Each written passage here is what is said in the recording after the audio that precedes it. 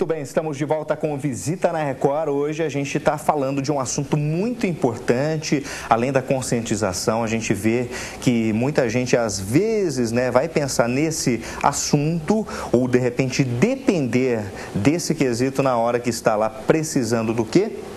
Órgãos, é verdade. Tem gente que ainda fala, não é comigo. É claro que a gente deve respeitar. Aí tem uma série de fatores que podem contribuir para que a pessoa não venha, não se conscientizar, mas cada um tem o livre-arbítrio, cada um pode ter aí o poder de decisão. Só que a gente está tratando aqui de um assunto importante. Que sentido? Porque numa hora que a pessoa está precisando, gente, de repente é da sua família, o senhor, a senhora, que já tiveram uma experiência onde algum parente, amigo, filho, pai, mãe, etc., estava precisando de algum doador de órgão e aí fica na fila de espera, é muito complicado, né? Por isso que a gente está aqui tentando colocar na cabeça das pessoas que é importante fazer a doação. E para falar mais sobre isso, esclarecer, está aqui comigo o Dr. João Fernando Piccolo, que é coordenador aí da Organização de Procura de Órgãos. Doutor, a gente fala de limites de idade, doador ou receptor, mas independentemente da idade, existe muita gente na fila precisando de doadores? Sim, a fila no Brasil é muito grande, A fila de espera para órgãos e tecidos no Brasil é muito grande realmente, Então, hoje a gente tem uma estimativa que entre órgãos e tecidos tem aproximadamente 60 mil pessoas aguardando um transplante para salvar a sua vida ou até melhorar com a sua qualidade de vida. E nesse grupo existe crianças, existem aí adultos, no geral que o senhor está falando? Sim, todas as faixas etárias, Isso não poupa assim nenhuma idade não, é desde a criança, o adulto jovem, adolescente, até pessoa mais idosa. Qual que é a maior carência nesse momento a nível Brasil, aqui no país, ou de repente de São José do Rio Preto? O que o senhor poderia falar para o telespectador em relação à necessidade? Qual é o órgão que as pessoas estão aí dependendo mais, que estão na fila de espera? Como que funciona? A necessidade, tanto da nossa região como no Brasil, ela é igual, Em termos de órgãos, a fila maior que a gente tem é em relação ao rim. A necessidade maior realmente é o rim. Existem muitas pessoas fazendo diálise que dependem desse órgão para poder não ficar dependente de uma máquina, para sobreviver. Depois do rim vem o fígado, depois do fígado, pâncreas e depois o coração e pulmão. E em termos de tecido, córnea, Apesar de sempre falar que a fila está diminuindo, mas ainda existem pessoas que precisam de uma córnea para poder enxergar e não ficar cega, Então, essas seriam as nossas necessidades atuais. Aqui em Rio Preto, quem de repente quiser ir fazer a doação de órgãos e tecidos, além daquele site que a gente passou, inclusive até vou reforçar, colocar para o telespectador, abto.org.br. Se tiver alguma dúvida, pode procurar o hospital para se inteirar mais do assunto. Sim, a sede da Organização de Procura de Órgãos aqui em São José do Rio Preto é no Hospital de Base, Então, toda essa nossa região aqui, como a gente falou, de Araçatuba, São José do Rio Preto, A sede fica ali no Hospital de Base. Então, pode ligar ali. O nosso telefone lá é 32015000 e ali ele vai receber todas as informações, vai conseguir falar diretamente comigo ou com algum membro da equipe e tirar suas dúvidas. Mas o mais importante, se a pessoa quer ser doadora de órgãos, é comunicar alguém da família. Essa é a mensagem que a gente tem que passar, porque quem vai decidir é sempre a família. Então, se a pessoa quer doar os órgãos, informe alguém da sua família. A gente fala assim sobre essa questão de decisão. Por exemplo, a gente vê que existe até uma frase nos documentos pessoais: não doador de órgãos e tecidos. Se por acaso a pessoa precisar de transplante, essa pessoa que não é doadora, entenda bem a pergunta, até o telespectador presta atenção. A pessoa coloca lá no RG: não quero doar órgãos e tecidos. Mas se ela precisar de um doador, é possível? Sim, ela vai estar dentro dessa possibilidade. Se houver necessidade de transplante, mesmo ela não sendo doadora, que pode acontecer, ela com certeza vai receber um transplante, sim. Esse é um ponto importante que você tocou, que é a questão da opção de colocar na carteira de identidade, né? Então, isso foi uma tentativa que o governo fez de aumentar o número de transplantes, né, de doadores, e isso aí hoje, de certa forma, perdeu a validade, né? Então, existe uma lei que hoje diz que quem decide realmente vai ser a família, né? Então, essa opção que a pessoa colocou em algum momento, né, na carteira de identidade ou na carteira de motorista, ela perdeu o seu efeito. Hoje, quem decide realmente é a família, né? Mas o desejo da pessoa sempre vai ser respeitado. Se ela falou que não e avisou a família que não, esse desejo é sempre respeitado. Tá certo. Então, olha só, gente, é muito importante. E, de repente, se a pessoa aqui em vida, ela colocou nos documentos aí pessoais sobre essa possível não doação de órgãos e tecidos. A partir dessa entrevista aqui entre a gente, falando de conscientização, o quanto é importante salvar vidas, ela desistir, tem como também ela fazer algum documento, refazer esse documento ou não? Não há necessidade de refazer o documento, né? É só realmente avisar o familiar mais próximo, né? Na questão da doação de morte encefálica, quem doa é o parente até 2º grau. Então, se avisar algum familiar, né, esse familiar depois vai poder nos avisar que, apesar de ela ter feito a opção de não doação, ela mudou de ideia e a partir de então se tornou doadora. Doutor, como que funciona agora? Outra dúvida que a gente tem a partir do momento que a pessoa recebeu os órgãos, o receptor, tem alguma consequência, tem alguma mudança na vida dele? Ele vai ter uma vida normal a partir do recebimento desses órgãos e tecidos? Olha, a melhora que a pessoa tem na vida é fantástica, né? A melhora na qualidade de vida, ela poderia estar ali quase morrendo, ela volta a viver e ter uma vida completamente normal, né? Um dos objetivos do transplante é realmente trazer essa qualidade de vida da pessoa e ela ter a vida normal. Então, a gente só tem coisa boa a falar sobre o transplante. Pode ocasionar, de repente, uma rejeição, porque cada um tem um organismo, né? Sim. A pessoa reage de forma diferente, né? Como o senhor disse aí, de todos os casos que a gente acompanha, né? Muita gente feliz ali, porque tanto tempo na fila de espera. Em primeiro lugar, ela, na hora de receber a alegria da vida dela, ela até muda, a autoestima muda. Ela tem uma autoestima, claro. Mas, e em relação à rejeição, existe essa possibilidade também?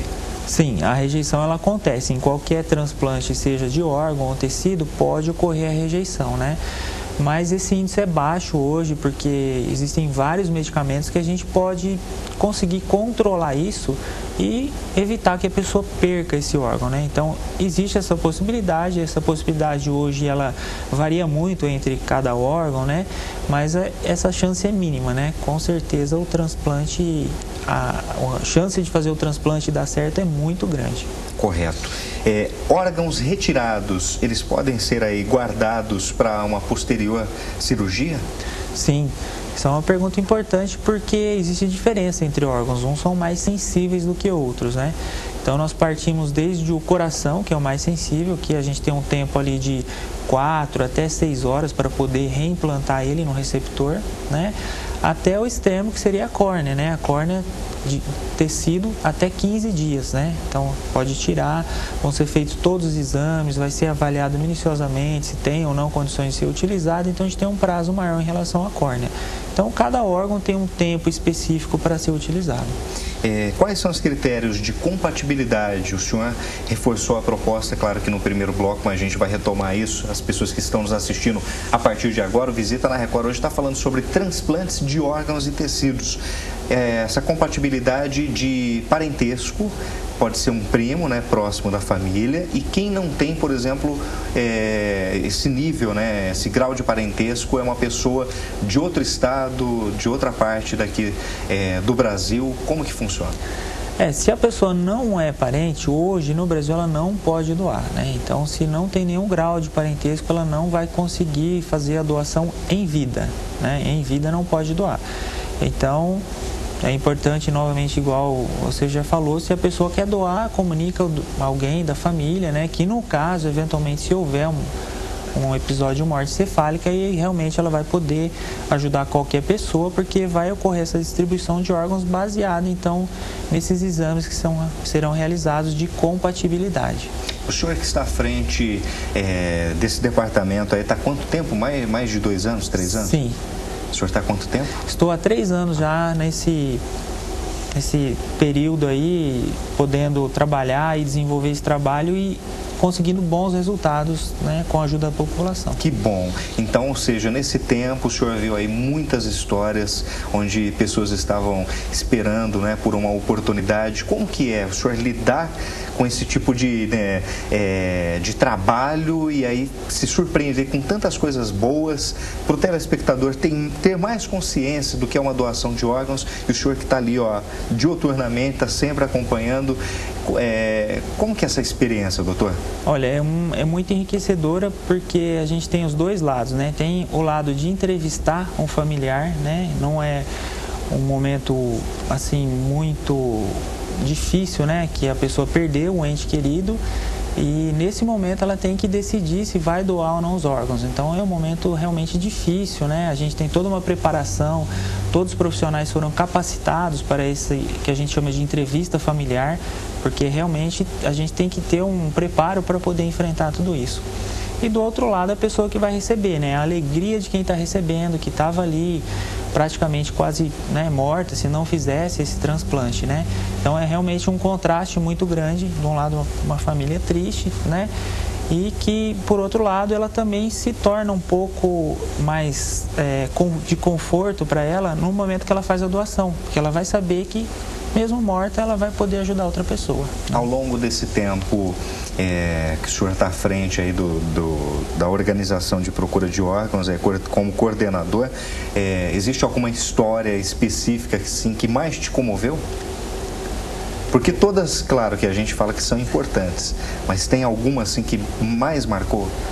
Existem várias, assim, uma que chamou muito a atenção nossa foi há algum tempo atrás, há uns 2 meses, de uma criança que no dia do seu aniversário, infelizmente, ela levantou e perguntou para o pai o que ela ia receber de presente, e o pai, né, infelizmente, o que ele podia dar naquela hora é um abraço. Eu falei: "Não, filho, eu vou te dar um abraço hoje, que é seu aniversário, né?"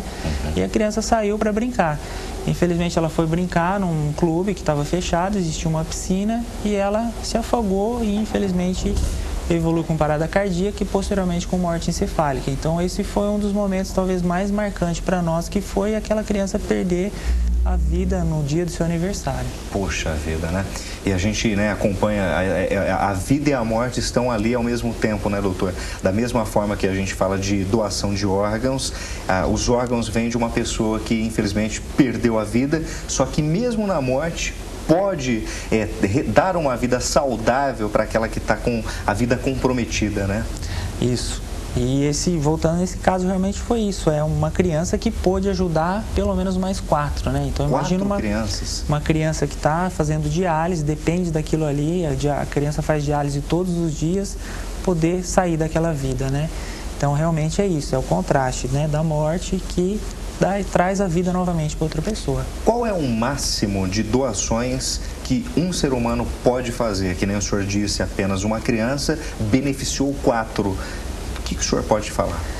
Então, vai depender muito das condições desse doador, condições clínicas, como é que estão esses órgãos viáveis, a idade, vários fatores podem interferir nisso, mas um doador pode ajudar até mais de 30 pessoas. Tá certo, então. Olha, gente, tá aí, é um papel importante, né, que a gente fala aqui, destaca as pessoas que já têm consciência sobre a doação de órgãos, mas aqueles que estão nos assistindo, se de repente foi tocado, né, comovido com alguma história, tá aí de repente disposto a ser doador, é só procurar, portanto, o responsável, o coordenador Dr. João Fernando Piccolo, ou também a equipe dele, ou lá ligar no 3201-5000, né, que é o HB de São José do Rio Preto, né? Isso, estamos lá à disposição para ajudar qualquer pessoa. Tá certo. Doutor, muito obrigado por sua presença, parabenizá-lo aí pelo trabalho, assim, também toda a sua equipe, né, que vem desenvolvendo esse trabalho, e que a gente vê aí tantos finais felizes, né? Isso que é o mais importante. Muito obrigado. Obrigado, foi um prazer estar com você aqui com Visita na Record. A gente agradece. E a gente fica por aqui. Você, telespectador que acompanha o nosso programa,